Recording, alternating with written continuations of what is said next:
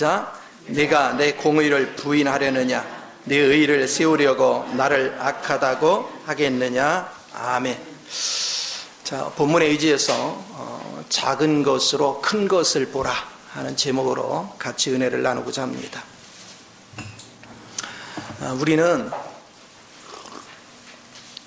어떤 문제가 오면 자기의 생각을 가지고 하나님을 쉽게 판단할 때가 있어요.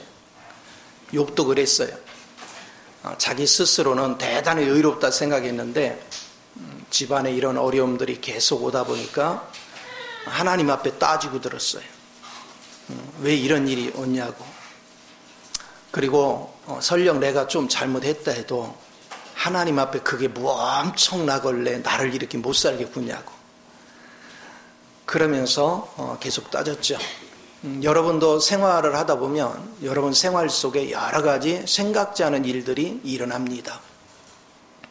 그래서 우리는 자기 시각과 자기 관점에서 함부로 말할 때가 굉장히 많아요. 그래서 주님이 하시는 말씀이 그거예요. 자, 이 본문에 이렇게 말씀하고 있습니다. 내 공의를 네가 부인하니? 그 얘기입니다. 하나님께서 지금 모든 환경을 조성하신 것은 하나님의 공의를 집행하는 중이시다. 우리 주님이 로마서 8장 28절에 모든 것이 합력하여 뭐를 이루셔요? 선을 이룬다. 그런데 네가 내 공의를 무시하고 함부로 말하는 것은 네 의를 세우려고. 하나님이 나를 네가 감히 악하다 하느냐? 하나님을 악하다 하는 것과 똑같다는 거예요. 그래서 우리는 이거를 빨리 깨달아야 돼요. 여러분이 성경을 볼 때 성경에 보면 많은 기적들이 있어요. 주님이 수없는 병들도 고치고 앉은 매도 일으켜 세우고 문둥병도 고치고 죽은 자도 살리시고 오병이의 기적을 일으키시기도 하고 풍랑을 잔잔케 하시기도 하고 주님께서 많은 일을 행했어요. 그 하시는 일 현장에 사람들이 그걸 체험했어요. 실제 병이 고침받은 사람도 있고 일어나 걸은 사람이 있고 문둥병에서 치료된 사람이 있고 각색 병에서 귀신에서 노여움 받은 사람도 있고 여러 가지 사람들이 있어요. 그럼에도 불구하고 그들은 그런 외적인 체험만 있지 생명적으로 그 안에서 영적인 깊은 거를 만지지 못하는. 그래서 주님을 간절히 찾지 않는 거예요.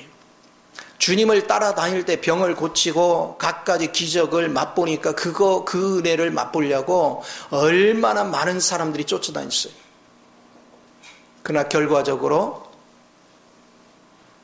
주님을 끝까지 쫓아온 자는 극소수에 불과했고 오순절 마가다락방이 성령의 역사가 임하기까지 끝까지 임했던 사람은 120명밖에 되지 않았어요. 그 사람들 중에서도 많은 사람들이 아마도 곁길로 갔을 것입니다.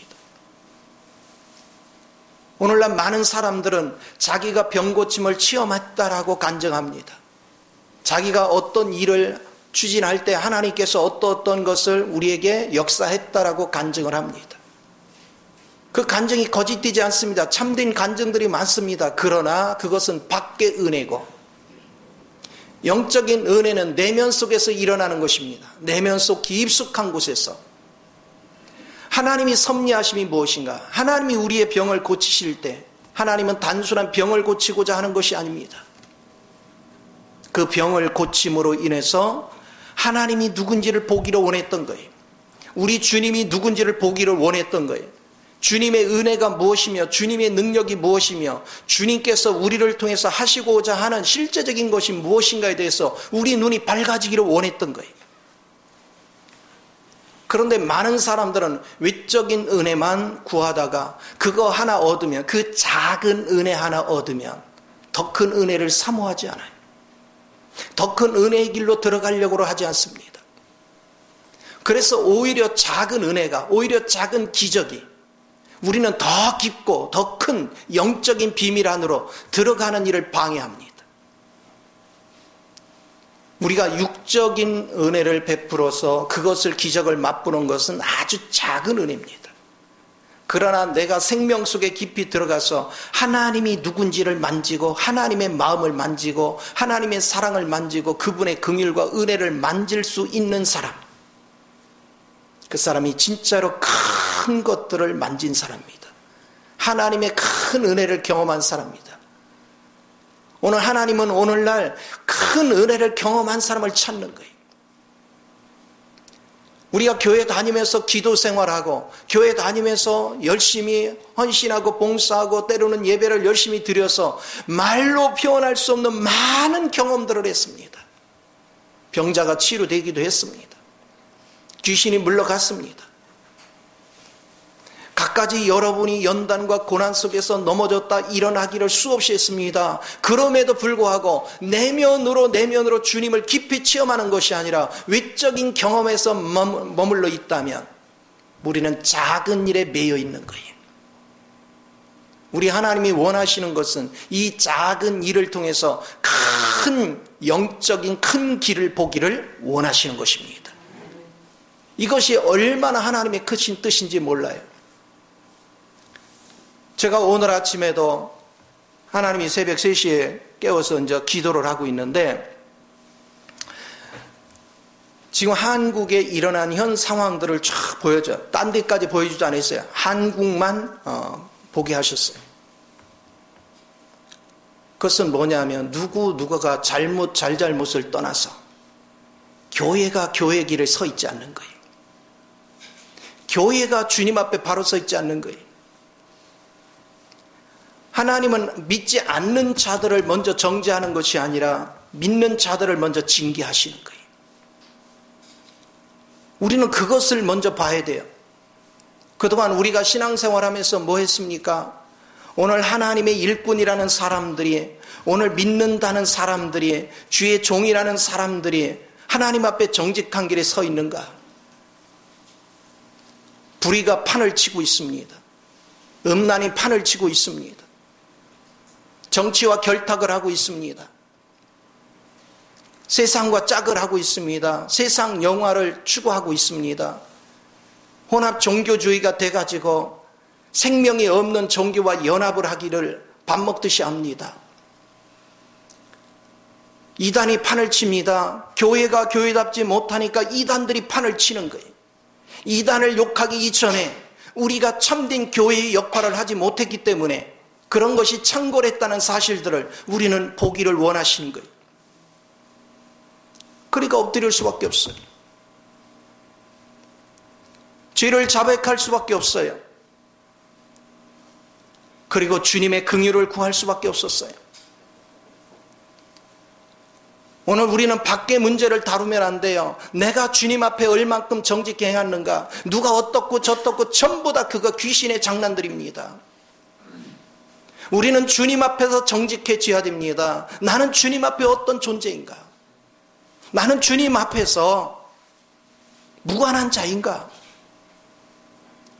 하나님의 심판이 도래하도록 방치하지는 않았는가? 나는 과연 주님을 아는가?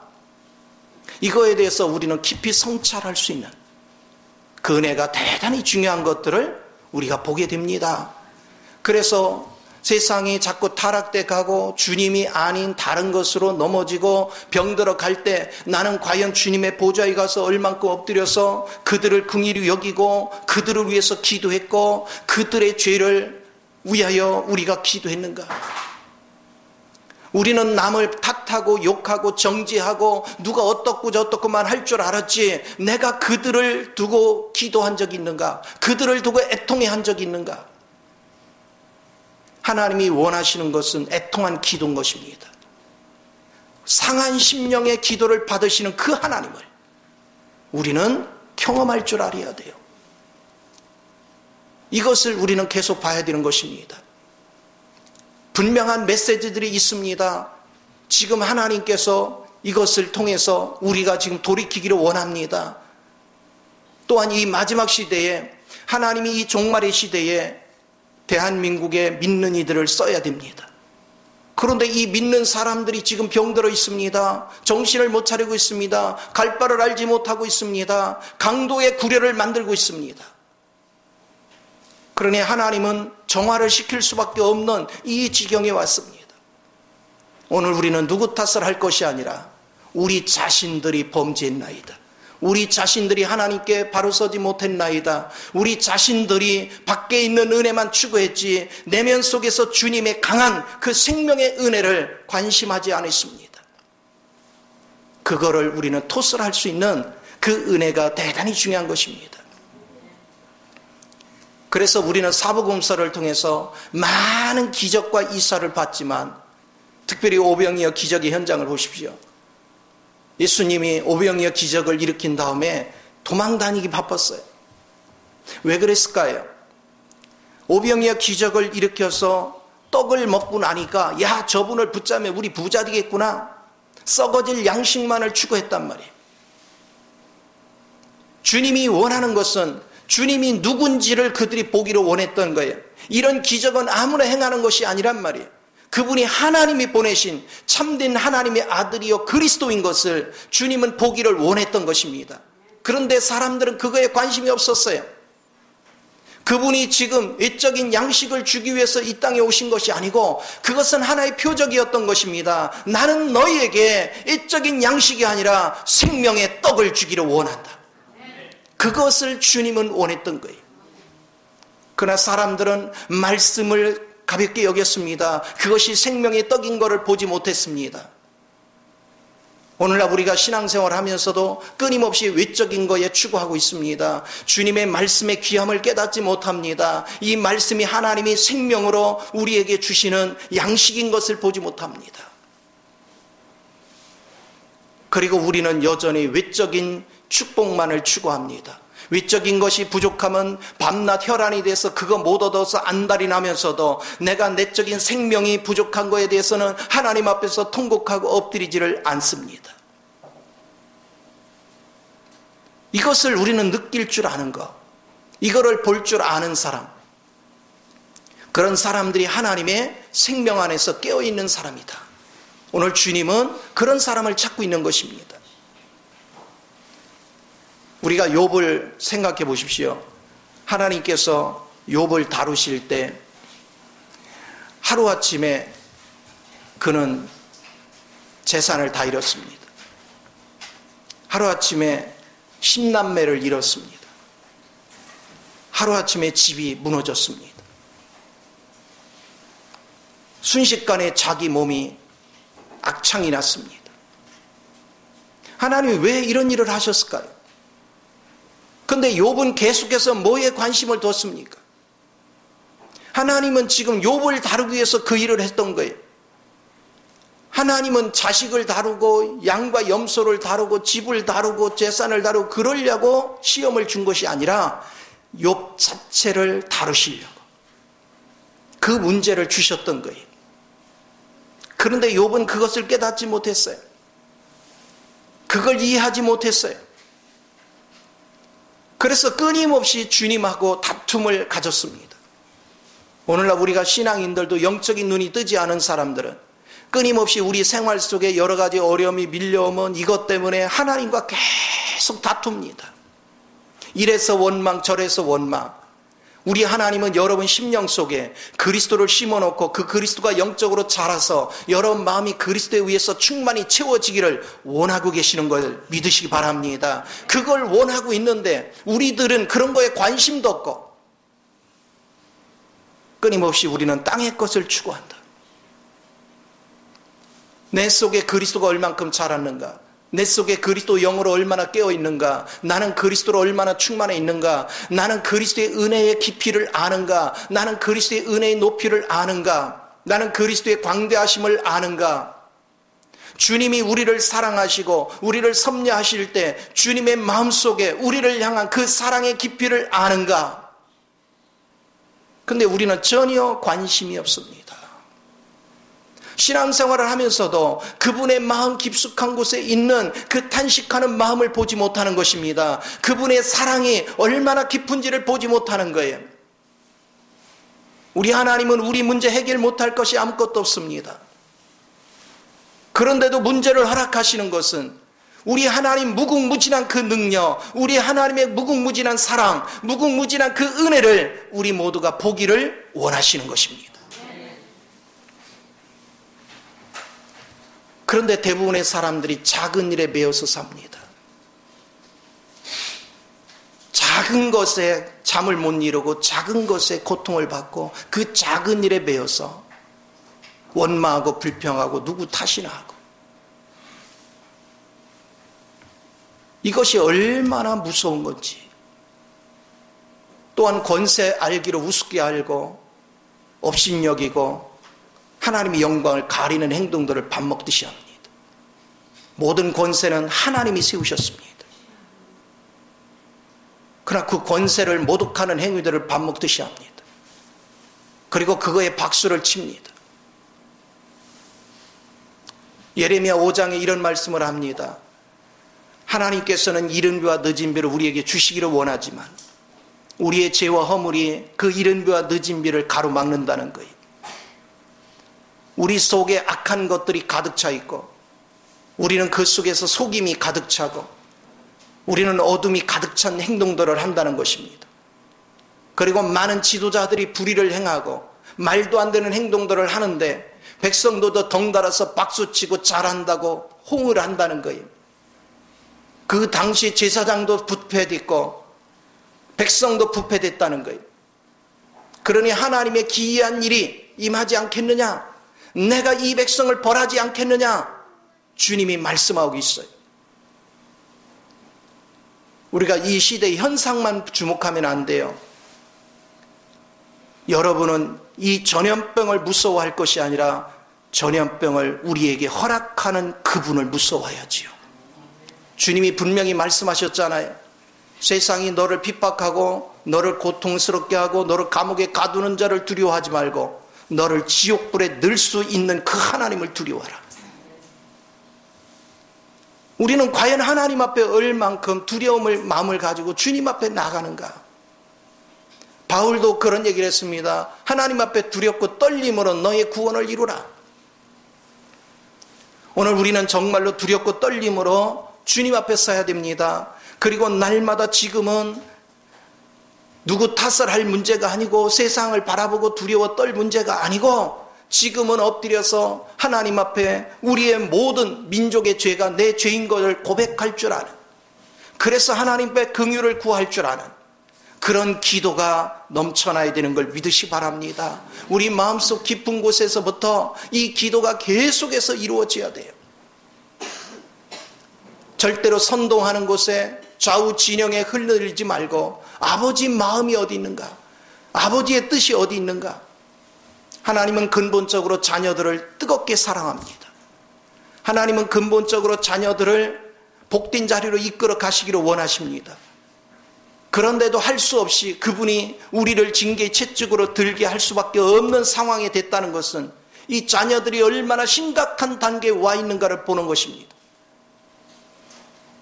우리는 코로나는 무서워하면서 왜 주님 앞에 범죄는 무서워하지 않을까요? 왜 주님 앞에 정직하지 않은 것들은 무서워하지 않을까요? 왜 하나님 앞에 우리는 바르게 쓰지 못한 것은 두려워하지 않을까요? 오늘 우리는 정말로 주님 앞에서 통이 자복해야 될 일들을 너무나도 많이 저질렀습니다. 정말로 깨어 있어야 됩니다. 정말로 새로워져야 되는 것입니다. 저는 주님과 교제할 때 그 마음이 계속 불이 탔어요. 지금도 이 상황이 되니까 사람들은 자기 병 안 걸리려고 병 걸릴까 봐 그것만 두려워하지 아버지의 심령을 읽는 자가 없다는 거예요. 아버지 마음을 그걸 바라보는 자가 없다는 거예요. 하나님 앞에 여러분이 엎드려 보십시오. 하나님이 여러분 가운데 큰 빛을 주십니다. 하나님의 빛이 임하면 우리는 아버지 마음을 읽는 거예요. 이 상황을 하나님은 결코 원하지 않습니다. 그럼에도 이걸 허락할 수밖에 없는 것, 그것은 무엇일까를 우리는 주님 앞에 자복하면서 깨닫는 은혜가 필요한 줄 믿으시 바랍니다. 이런 면들을 우리는 깊이 생각해야 돼요. 그래서 제가 사복음서를 쭉 읽으면서 느낀 것이, 주님이 직접 오셔서도 수 없는 기사와 이적을 행했지만 그 영적인 큰 일을 만지는 자들은 극소수에 불과한 것을 본 것입니다. 구름대 같은 사람들이 주님을 쫓아다녔지만 주님의 어떠하심을 아는 사람들은 극소수였다는 사실을 그걸 발견하면 발견할수록, 오늘날 내가 주님 앞에서 사역을 할 때 무슨 사역을 하는 것인가, 무엇이 참된 사역인가, 무엇이 생명을 깨우는 길이며 무엇이 주님과 동행하는 길이며 무엇이 하나님의 길을 걷는 길인가, 그거를 생생히 보기 시작하는 거예요. 오직 하나님 은혜 안에서 나는 과연 무엇을 추구하고 있는가. 오늘 목양을 한다 하면서 영혼들 심령 속에 과연 생명의 깊은 은혜들에 대해서 얼만큼 인식을 하고 있는가. 입만 열면 날마다 내적 생명이 어떻게 자라야 되고 어떻게 다루을 받아야 되고 수없이 1년 12달 계속해서 말하고 있지만, 과연 그 길을 사모하고 그 길에 정직히 서서 그 길을 걸어가고자 하는 사람 과연 몇 명이나 될까? 하나같이 자기 육체를 채우는 일에는 혈안이 돼 있으며 영적인 것들을 채우는 일에는 게으름을 피우는 일이 비일비재하다는 것을 보게 되는 것입니다. 우리 참된 믿음의 사람들이 나타나지 않을 때, 교회가 참된 교회다운 길을 제시하지 못할 때 많은 사람들이 와서 안내를 제대로 받지 못하는 거예요. 그러니까 이단들이 와서 여기가 참길이야 저기가 참길이야 해봐도 그걸리 다 휩쓸려 가는 거예요. 누구를 탓하겠어요? 정통 교회라는 곳이 병들어 있는데, 정통 교회의 목회자들이 병들어 있는데, 정통 교회의 성도가 병들어 있는데 우리는 이단을 욕할 자격이나 있느냐는 거죠. 아무도 그들을 욕할 자격이 없어요. 우리가 주님 앞에 바로 서지 못했는데. 그게 너무나도 가슴에 맺히도록 아픈 거예요. 주님 앞에서 이것을 알고 나니까 너무너무 가슴에 맺히도록 아픈 거예요. 목이 터지도록 외치고 끊임없이 마지막 시대에 저도 오래전부터 이런 것이 올 거에 대해서 경고를 여러 번 했습니다. 성경은 그걸 미리 제시하고 있어요. 미리 말하고 있고 이런 일이 올 것이다. 앞으로 경제적으로 엄청난 일이 벌어질 것이다. 수없이 얘기했지만 사람들은 그거를 외면했습니다. 사람들은 그거를 주목하지 않았습니다. 지금부터라도 우리는 정말 내면을 주목해야 될 줄 믿습니다. 하나님의 생명을 주목해야 될 줄 믿습니다. 여러분 중심이 주님 앞에 집중되는 은혜로 가득 채워야 될 줄 믿으시기 바랍니다. 욥이 하나님 앞에 따지는 장면들을 하나하나 보십시오. 자기는 의롭게 살았다는 거예요. 자기는 정직히 살았다는 거예요. 자기는 이웃을 도우면서 살았다는 거예요. 자기는 음행을 품지 않았다는 거예요. 자기는 결코 불법을 행하지 않았다는 거예요. 그런데 하나님 왜 이러시냐는 거예요. 차라리 이 고생을 하게 하려면 태어나게 말기나 하지. 한국식으로 얘기하면 내가 태어날 때 우리 어머님은 나 낳았다고 미역국 먹고 좋아하셨을 거 아니냐고. 차라리 그때 안 태어났으면 내가 훨씬 날 뻔했다고 하나님께 막 따졌어요. 생일을 저주했단 말이에요.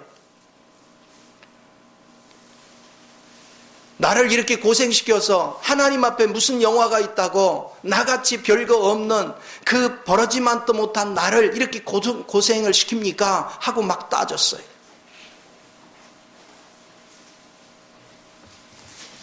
하나님은 그가 다 속에 있는 걸 토해놓을 때까지 오래도록 기다리셨습니다.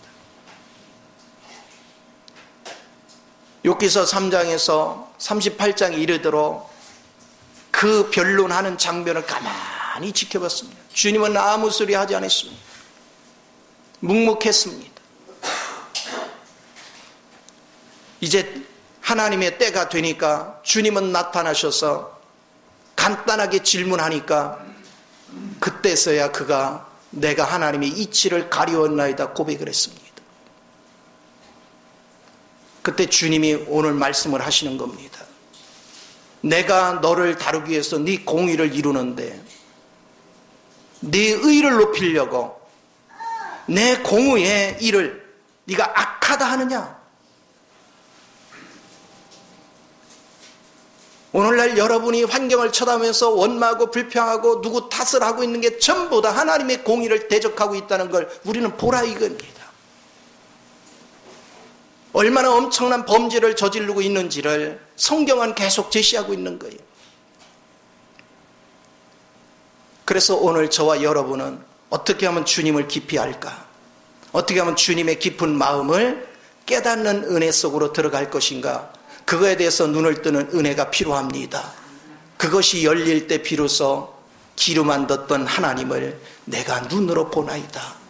이 고백을 할 수 있는 은혜가 넘치는 것입니다. 욥이 그렇게 했듯이 우리 삶 속에서는 끊임없이 여러분의 생명의 실제를 만지는 이 은혜가 주어져야 돼요.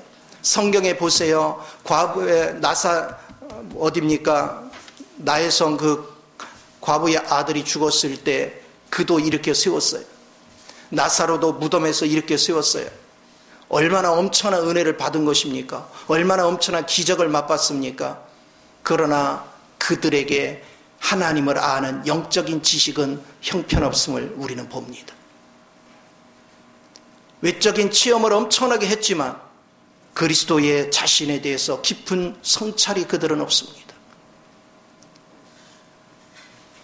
10명의 문둥병자를 주님은 다 고쳐줬습니다.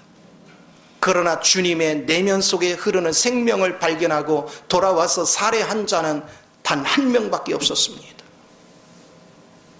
오늘날 많은 사람들이 감사를 하라고 하니까 감사를 뭘 하는지를 모릅니다. 개우 감사하는 것이 뭐냐면 오늘 나 먹여주시고 오늘도 하나님 이 일해 주시고 다 외적인 감사만 할 줄 알지 내면 속에서 흐르는 하나님의 감사를 보지 못합니다. 이스라엘 백성이 광야를 지날 때 주님께서 먹이시고 마시게 하시고 의복을 주시고 보호하시고 빛으로 인도했습니다. 그러나 그분이 자신들한테 한 것을 전혀 인식하지 못하니까 감사가 없는 거예요. 40년을 그들을 돌봐줬지만 전혀 감사가 없습니다. 그들은 끊임없이 원망하고 불평했습니다. 하나님이 때로는 우리를 곤궁에 처하는 어떤 상황 속에 집어넣습니다. 그러나 우리를 버리고자 하는 것이 아닙니다. 그 속에서 우리 자신들을 보기를 원하는 겁니다. 그리고 하나님의 은혜를 보기를 원하는 것입니다. 하나님의 사랑을 보기를 원하시는 것입니다. 하나님의 깊은 것들을 보기를 원하시는 것입니다.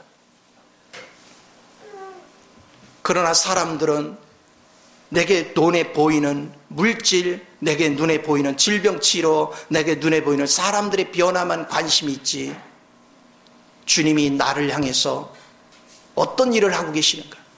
주님의 어떤 사랑을 나로 알게 하기를 원하시는가? 주님의 어떤 은혜를 나로 알기를 원하시니까 하나님의 목적이 무엇인가를 나로 눈을 떠서 보기를 원하시는가? 전혀 관심들이 없습니다. 그게 너무나도 마음이 아픈 거예요. 오직 그 길을 바라볼 수 있는 사람, 오직 그 길을 걸어갈 수 있는 사람. 오래전부터 주님은 감사하게도 외적인 것들이 아니라 내면에 깊숙하게 감춰져 있는 비밀들에서 조금씩 알게 하셨습니다. 하나님을 알면 알수록, 하나님을 느끼면 느낄수록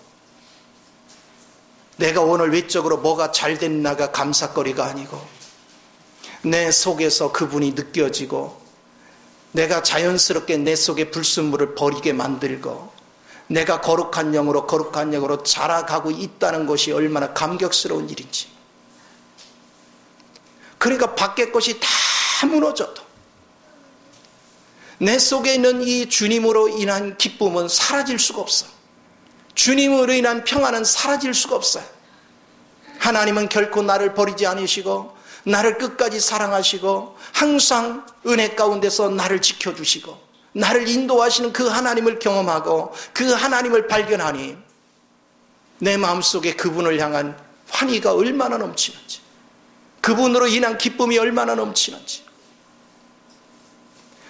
내가 만난 그 하나님을 수없이 증거하지만 대부분의 사람들은 이 내면의 그 말씀에 대해서는 관심이 없는 것을 수없이 봅니다. 그 내면에 관심을 두는 사람은 극소수에 불과합니다. 대부분은 관심이 없습니다. 돌았으면 땅의 거 얘기합니다. 돌았으면 내 생활 얘기합니다. 돌았으면 내 부족한 거 얘기합니다. 돌았으면 누구 때문에 힘들다라고 얘기합니다. 주님은 그 모든 걸 허락한 목적이 여러분으로 부활의 생명을 만지기를 원하고 주님의 그 깊은 것을 만지는 가운데서 여러분이 자라가기를 원하는데 우리는 그걸 주목하지 않습니다. 그걸 바라보지 않습니다. 저는 오래전부터 이 나라를 바라보면서도 많은 기도를 했습니다. 이 나라의 가장 무서운 귀신들이 뭐냐? 자기 논리 진영에 빠져서 서로를 욕하는 거예요. 서로를 계속 잡아먹듯이 욕을 합니다. 교회 안에서도 그래서 설교를 제대로 할 수가 없어. 조금 보수적인 색채 내면 진보가 삐지고 진보적인 색채 내면 보수가 삐지고 도대체 이 기준이 어디야? 누가 하나님입니까? 그리스도 말씀 앞에 보수고 진보가 어디 있어요? 전부 다 무릎을 꿇어야지.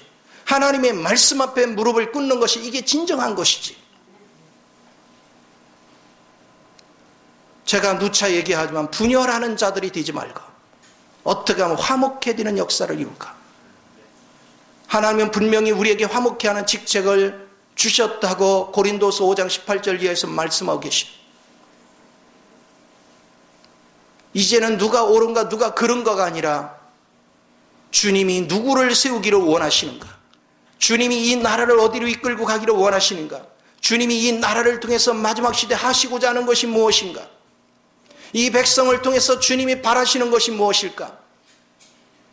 그걸 주목해 볼 수 있는 사람. 오늘 믿는다는 사람들이 정치와 결탁하고는 엄청나게 국가를 위하는 것 같이 행동들을 합니다. 그러나 결코 사람이 세상을 바꾸지 못합니다. 오직 세상을 바꿀 수 있는 분은 주님밖에 없습니다. 우리가 할 일은 무엇입니까? 우리가 먼저 주님을 알고 그 아는 주님을 다른 사람에게 계속해서 알게 해서 그런 믿음으로 섬겨서 하나님을 아는 사람들로 계속해서 확장시켜 가는 것입니다. 그것만이 사회를 개혁할 수 있는 것입니다. 그것만이 이 땅을 새롭게 할 수 있는 것입니다. 부패된 사람이 다니면서 아무리 설쳐봐도 세상은 바뀌지 않습니다. 우리는 많이 지켜봤습니다. 군사 독재에 맞서서 싸웠던 많은 사람들, 그들이 정권을 잡으면 세상이 확 바뀔 줄 알았지요. 그들이 잡아보니까 또 별거 없어요. 또 그래서 그들이 틀렸다고 으쌰으쌰 했어. 그랬고 이제 다른 정권이 또 잡혔어. 근데 또 지나고 오니까 또 도둑놈들이야. 이래도 도둑놈 저래도 도둑놈이야. 누구를 믿겠다고요? 누구를 세우겠다고요? 오직 대한민국을 일으켜 세우고 대한민국을 변화시킬 수 있는 분은 그리스도 외에는 없습니다. 저는 단언코 얘기를 합니다. 누구를 지지하는 것은 자유지만 그리스도 말씀에 순종하십시오. 주님이 뭘 하시느냐? 주님이 이 시대를 어떻게 진단하고 계시는가? 주님이 이 시대를 어떻게 이끌어 가시기를 원하시는가? 그거를 계속 주목할 줄 아는 저와 여러분이 돼야 하나님께서 우리를 이끌어 주시는 것입니다. 그 방향으로 길을 열어주시는 거예요. 눈을 뜨게 해주시는 것입니다. 내가 주님이 원하는 길을 보고 그 방향으로 눈을 떠야 비로소 하나님이 나와 더불어서 주의 사역을 감당해 가시는 것입니다. 오늘 주님은 그런 사람을 찾고 있어요. 다른 곳은 우리를 안 가봤으니까 볼 필요도 없어요. 거기까지 우리 신경 쓰지 마요. 우리 자신부터 먼저 바로 쓰자고요. 우리가 바르고 우리가 정직하고 우리가 교회다운 교회가 되어지면 잘못된 교회들은 우리를 통해서 빛을 보게 되고 빛을 통해서 그들이 잘못된 걸 발견하게 될 줄 믿습니다. 그래서 돌이키게 되는 거예요. 나부터 주님 앞에 정직히 쓰고 바로 설 수 있는 은혜를 우리가 추구할 수 있는 것. 그것이 오늘 우리가 가야 될 길입니다.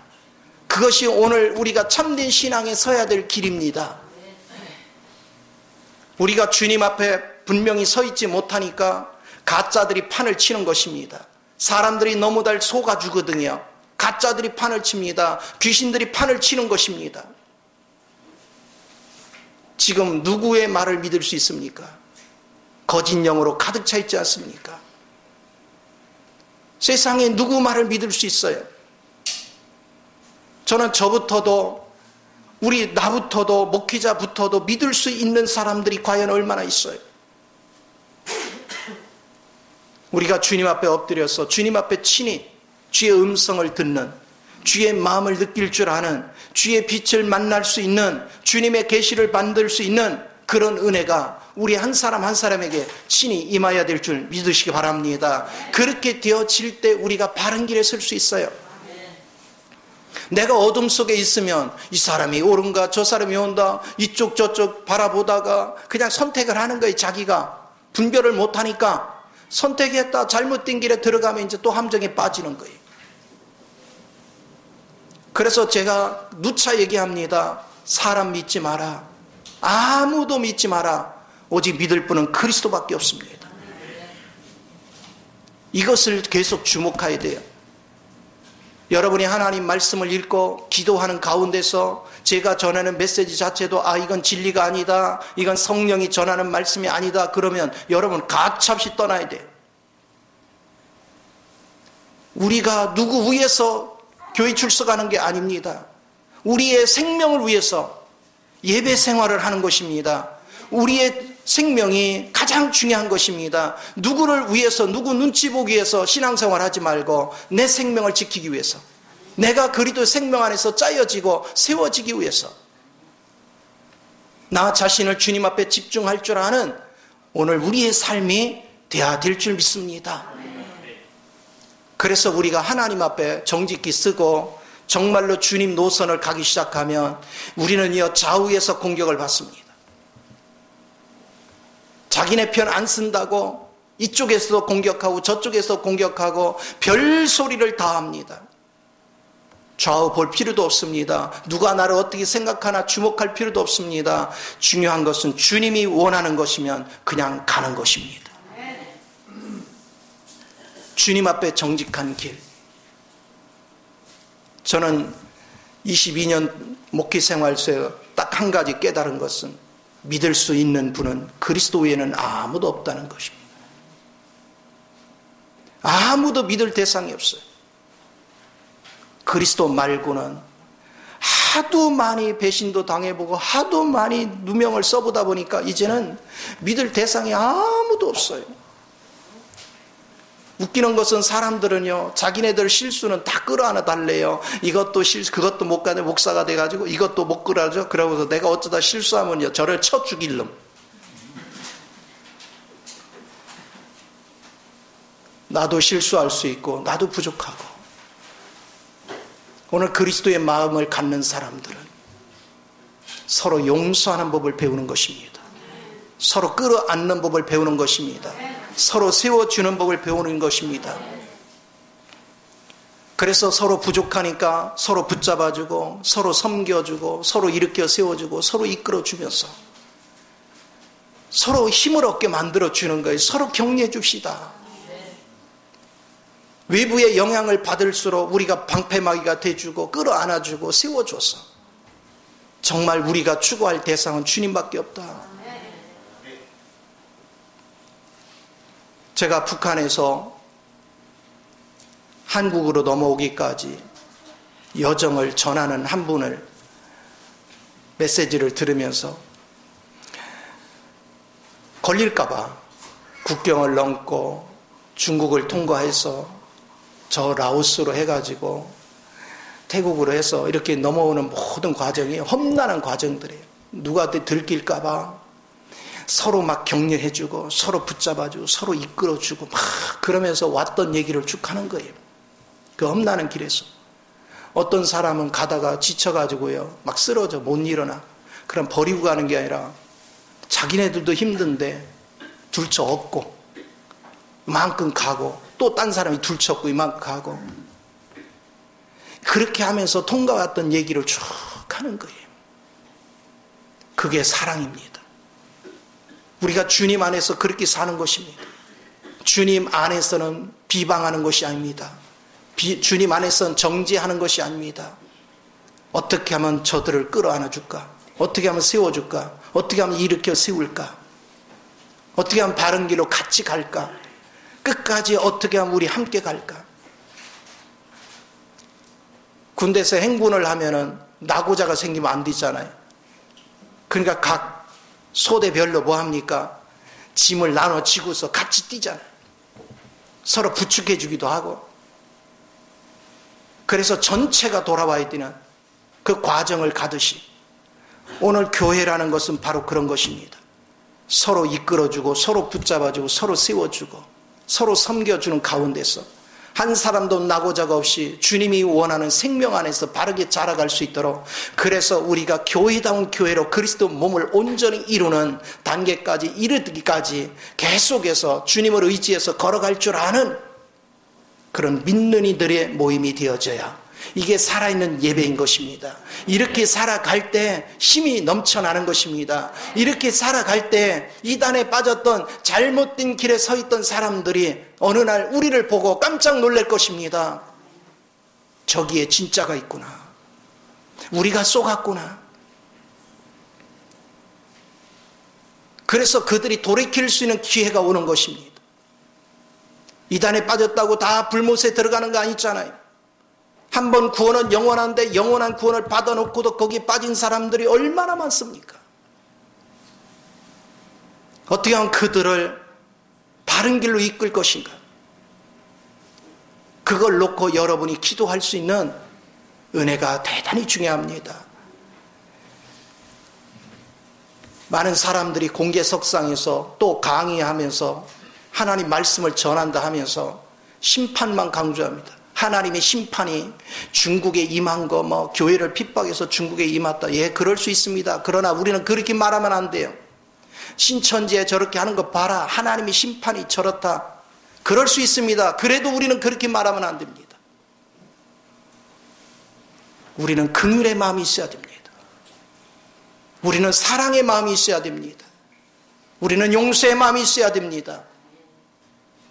그래서 그들을 위해서 하나님께 나가서 기도해야 돼요. 그것 때문에 통곡해야 되는 것입니다. 우리 주님은 원수를 미워하라 하지 않습니다. 원수까지 사랑하라 했습니다. 그런데 그들이 진리를 몰라서 잘못된 길에 있습니다. 진리를 몰라서 하나님 백성 중에 죄악된 자리에 있는 사람이 수없이 많습니다. 오늘 이후로 우리는 그들을 위해서 기도하는 우리 모두가 되기를 원합니다. 그리고 지금 밖에 일어나는 현상을 보면서 남들이 말하듯이 거기에 휩쓸려 다니지 말고 모든 마음을 가지고 애통함을 가지고 하나님 앞에 긍휼을 구하는 은혜가 있기를 바랍니다. 하나님의 백성들을 다루기 위해서 사무엘하 24장에서 다윗을 사탄에 쏟게 만듭니다. 사탄이 충동질해서 다윗이 쏟아가지고 인구를 계수합니다. 그 사건으로 인해서 하나님이 다윗한테 세 가지 징계거리를 선택하라고 합니다. 하나는 3일 동안 연병을 너희에게 줄까? 아니면 3개월 동안 전쟁을 일으켜 줄까? 아니면 3년 동안 기근을 줄까? 선택하래요. 그래도 하나님이 직접 징계하는 게 낫지 않겠어요? 그리고 긴 거보다 짧은 게 좋지 않겠어요? 그래서 3일짜리를 구해서, 그렇죠? 그런데 어떻게 했습니까? 순식간에 7만 명이 죽습니다.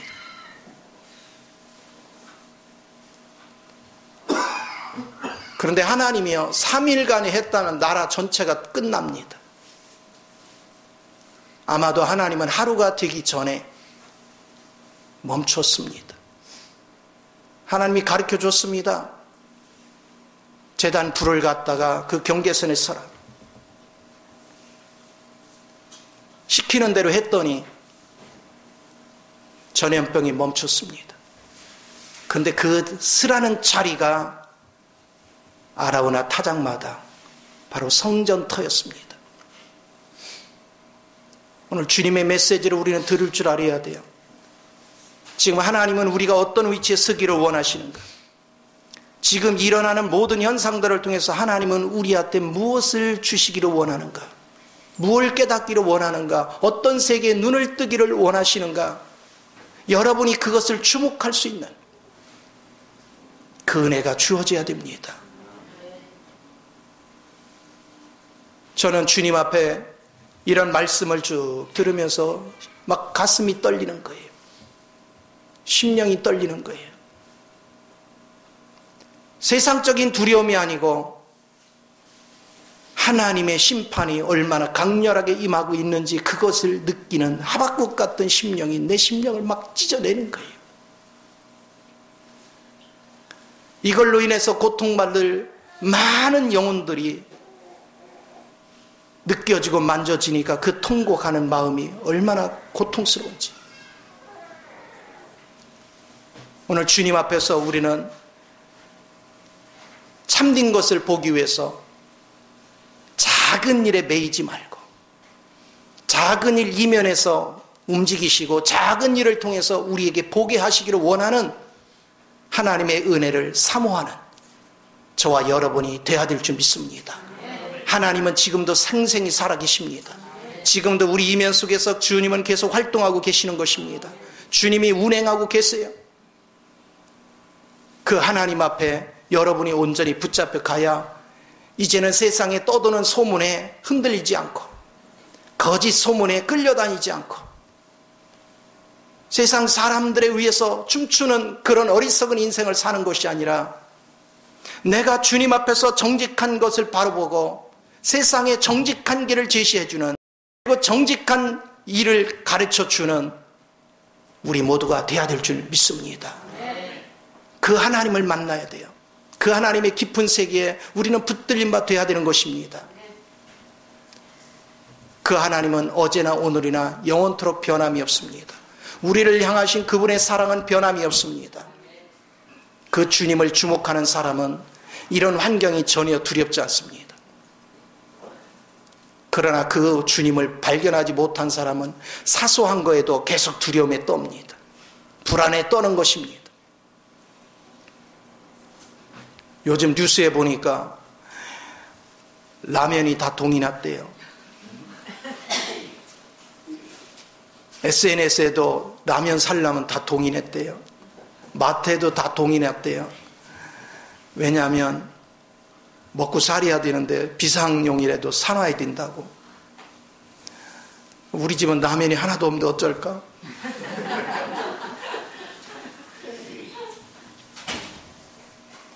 라면을 준비하지 마시고 쌀을 준비하지 마시고 반찬거리 준비하지 마시고 그리스도 준비하세요. 근데 그리스도가 준비해라 하면 그때 해. 주님이 준비하라 안 했으면 안 해도 돼. 주님이 여러분을 지키는 거예요. 라면이 여러분을 안 지켜. 주님이 여러분을 지켜. 국가가 여러분 지켜줘요? 아니요. 주님이 지켜요.